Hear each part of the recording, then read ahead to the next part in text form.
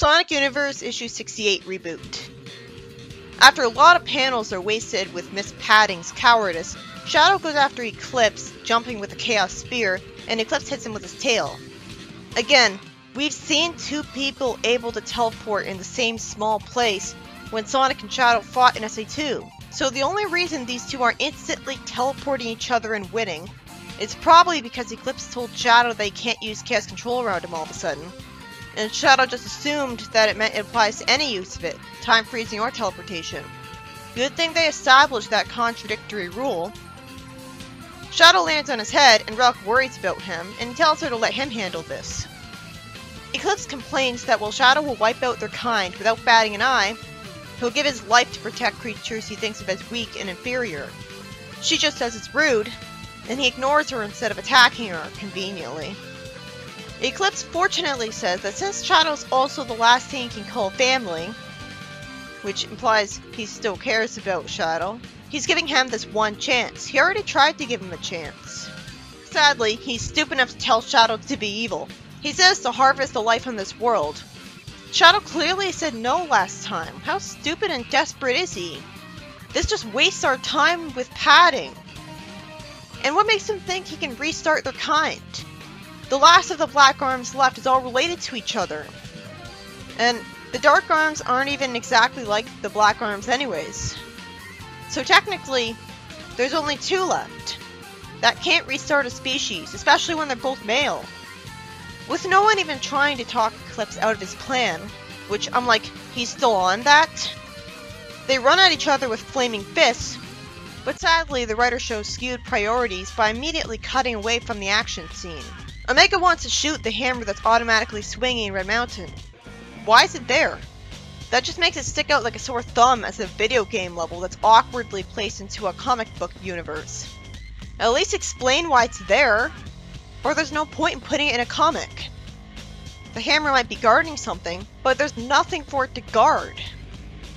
Knuckles tells Omega he can't shoot anything. Of course, because it's all part of Angel Island's history. Knuckles and Rouge don't even know what it does, wasting time. And Rouge at least says sorry and complains that Knuckles is wasting all his potential. They all climb up a mountain and see the spaceship near a little pool of lava. I think the convection alone would make being near lava lethal. It's not like it's cooled lava, so all of them should be dead. They didn't need to draw lava there. Skyward Sword made more sense than this because it had you wear special equipment so that you could handle the heat of being around lava, even if it was magical earrings. Rouge then wastes more of our time saying that she does her part and she's got the freedom to do her own thing, while Knuckles just waits for trouble to show up. And she asks him if he wants more for himself. It does make sense that they contrast each other that way. Their two different lifestyles are completely unreconcilable. Omega wants to get in and make them a door, and the Dark Arms actually look a bit cute with their worried expressions. Rouge wants Omega to stop because Eclipse might be in there, but then changes her mind because they've lost the element of surprise by now. She should have said that she figures Eclipse can hear them anyways. That's probably what she meant though. Fix-It calls Omega, and I like when he said that he's about to shoot a door into being and he would not understand. I'm glad this arc isn't about a stupid fighting tournament, and is actually trying to be an original story. Even if, like last arc, a story about a journey can't be just about the characters going from one place to another with barely anything happening. At that point, they might as well be taking a walk in the park. They commented on the hammer, barely, and destroyed a barrel, but that's it. Why does Omega need to reiterate what Fix-It told them to Rouge? And Rouge says that Knuckles can't handle Eclipse alone, without explaining that's because Eclipse has Chaos Control. And they all decide to go to Eclipse. He transforms and sends Shadow away startled. Why is Shadow trying to use Chaos Control near him a third time? If he forgot he couldn't use it around him, he should have tried to use it at the start of the issue. And you'd think he would have learned he could teleport just fine around him eventually, instead of always trying to freeze time instead. So Shadow's given the idiot bull, so him being punched wasn't earned. And I don't see the fist actually impact him, so I don't have a reason to care. His spin dash is harmless because his skin is tougher. Okay, but Eclipse will eventually tire out. So he smacks him into the ground and throws him up in the air and says he's got 10 times the strength and throws him into the staircase. At least we see Shadow have some dirt on him or something, for consequences. Finally, he gets the idea to grab the Master Emerald to boost his power, and he says Chaos Control for a 4th time. So finally, he can freeze him in time and punch him a whole bunch. Again, why is freezing someone in time the only thing that he thinks to do? He has super speed. You'd think he'd be able to use it, and it would be effectively just like freezing someone in time, because he'd be able to hit them 100 times in a second. Like, he's got an easy one-hit kill move, and he doesn't just teleport him underground. He does a Chaos Blast, but magically, it doesn't destroy him in one hit like it did Black Death, and instead it sends Eclipse out of his suit.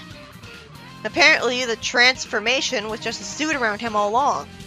So it created something from nothing to make him a suit that's bigger than his overall body, instead of transforming the body itself, which made more sense. Huh?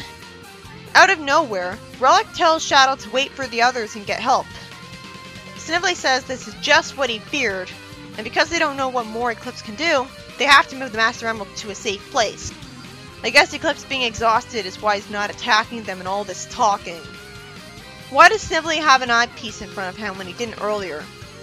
I thought Snively would be complaining about Relic holding Shadow back from finishing Eclipse off. I mean, Shadow just proved he could freeze time even around Eclipse. Why can't he just freeze time over and over again to punch him as much as he wants and kill him immediately? I don't want that though, but only because he still cares about the Dark Arms and they would miss him. Snively wastes our time reminding us to Relic that the Emerald is not being protected well, and Relic annoyingly complains while Snively says he's trying to protect the world and has everyone's best interests at heart. Why does he have a beard? He didn't have one before. And Flynn is a bad writer by showing the words Operation Conquest on a screen in front of him. Yeah, there was no need for that. I mean, we know he's never going to succeed in taking over the world, so there's no reason to write this whatsoever. I think it could have been removed from the story and nothing would have been lost.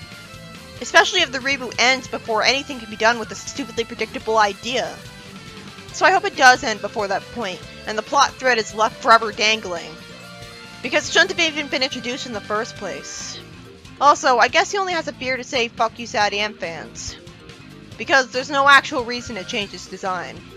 After that embarrassing writing, Eclipse thinks of himself as an idiot for leaving the Dark Arms unprotected, and tries to climb away to get home. Oh, he was smart enough to warp there instead. Again, if Shadow had been actually smart, and Relic hadn't been an idiot for no reason, Eclipse would have been defeated already.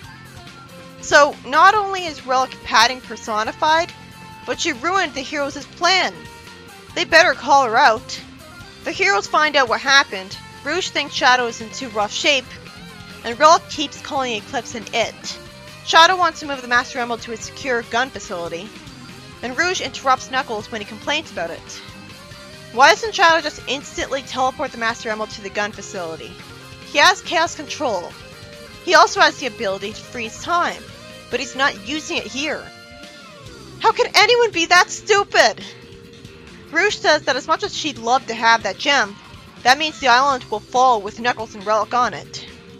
It's out of character for her to suddenly care about that now. She didn't care about that in Archie or the game. Like, this is the worst possible character to have say this dialogue. Relic could have said it. Shadow says that the island will float just like the rest of the planet's crust, and they'll bring those two with them. And he lampshades that of course one island isn't as important as keeping the Master Emerald from Eclipse. Yeah, Eclipse, who is right on the island.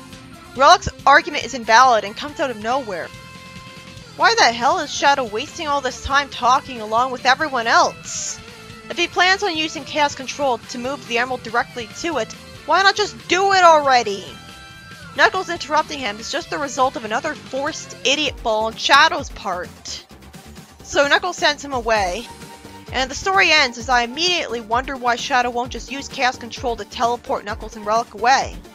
There is absolutely no excuse for a fight between them lasting longer than 1 second. Shadow is supposed to be smart.